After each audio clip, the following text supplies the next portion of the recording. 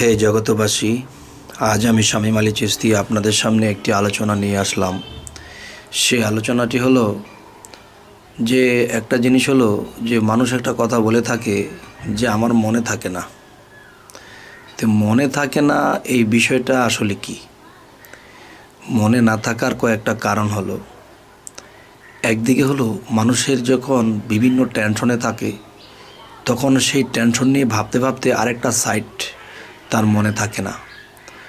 যেমন পশ্চিমে তাকাইছি পূর্ব নেই, পূর্বে তাকাইছি পশ্চিম নেই, যে কোনো একদিকে তাকাতে হয়, তাই কখনো কখনো মনে থাকে না।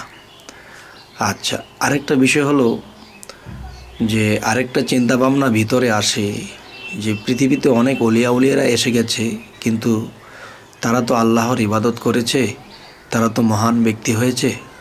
তো এখন বিষয়টি হলো যে যারা মহান ব্যক্তি হয়ে গেছে তারা কি করেছে, কিসের জোরে?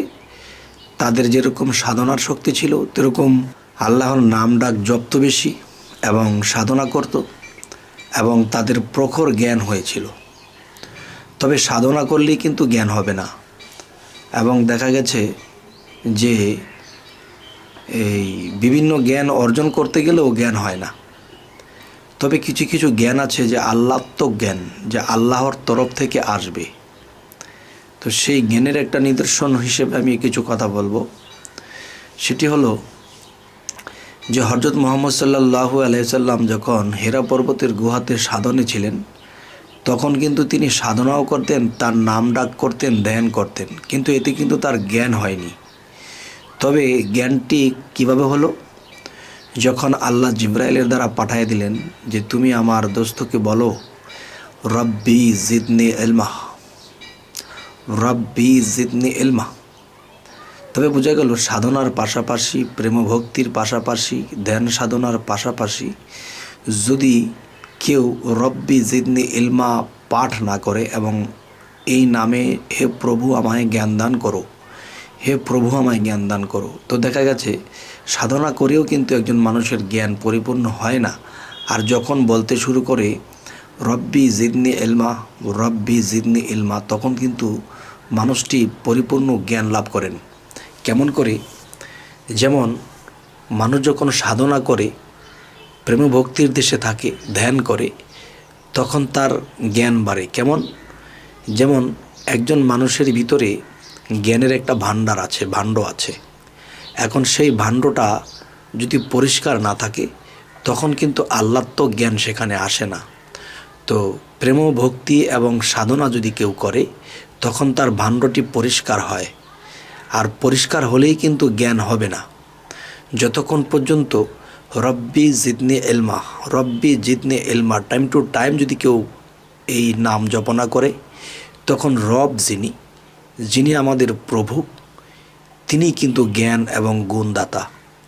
তিনি এই নামের গুণে সেই তার ভাণ্ডের মধ্যে দেখবে ময়লা আছে কিনা, তখন দেখবে সে প্রেমভক্তি এবং সাধনা দ্বারা তার যে জ্ঞান ভাণ্ড আছে সেই ভাণ্ডকে সে পরিষ্কার করে রেখেছে। তখন আল্লাহ কি করে? রব রূপে তিনি প্রভু এসে সেই ভাণ্ডে জ্ঞানে পরিপূরণ করে দেন।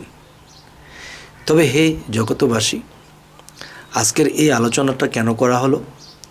যে অনেকেই বলে যে এত সাধনা করলাম তবু জ্ঞান হলো না, এত প্রেম ভক্তির দেশে থাকি তবু জ্ঞান হলো না। যে আল্লাহত্মক যে কিছু জ্ঞান আছে, বাতিনি জ্ঞান, যাকে আল্লাহর গুপ্ত জ্ঞান বলা হয়, এই জ্ঞানগুলো তো হলো না। তাই আমি ওই ধরনের সাধকদেরকে, ওই ধরনের পীর মুরিদদেরকে আমি এই কথাটি বলবো যে অন্য অন্য সাধনা, গুরু মুর্শিদ ধরার পাশাপাশি, অন্য অন্য সাধনার পাশাপাশি যদি কেউ এই নাম জপনা করে সকাল ও সন্ধ্যায় এবং রাতের গভীরে, তখন কি হবে? যে রব্বি জিদনি ইলমা, যে হে রব আমায় জ্ঞান দান করুন, এরকম 3 টাইম করতে করতে কোনো একটা টাইমে দেখা যায় আল্লাহর পর্যন্ত এই নাম ডাক পৌঁছে যাবে। তখন রব রূপে তিনি প্রভু হয়ে সেই ভক্তকে বা তার সেই জ্ঞানের ভাণ্ডকে পরিপূর্ণ করে দেবেন জ্ঞান দ্বারা।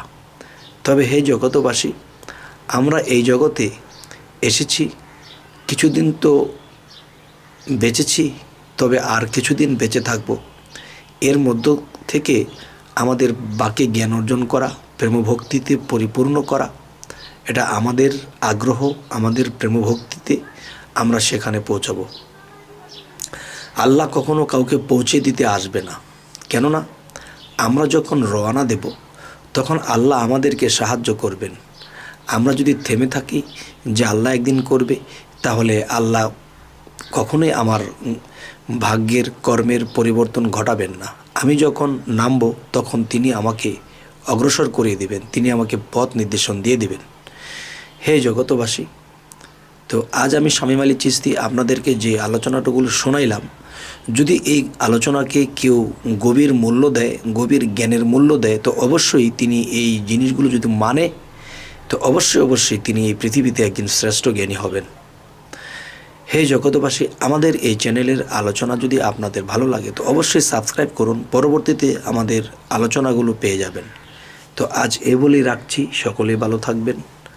আল্লাহ হাফিজ।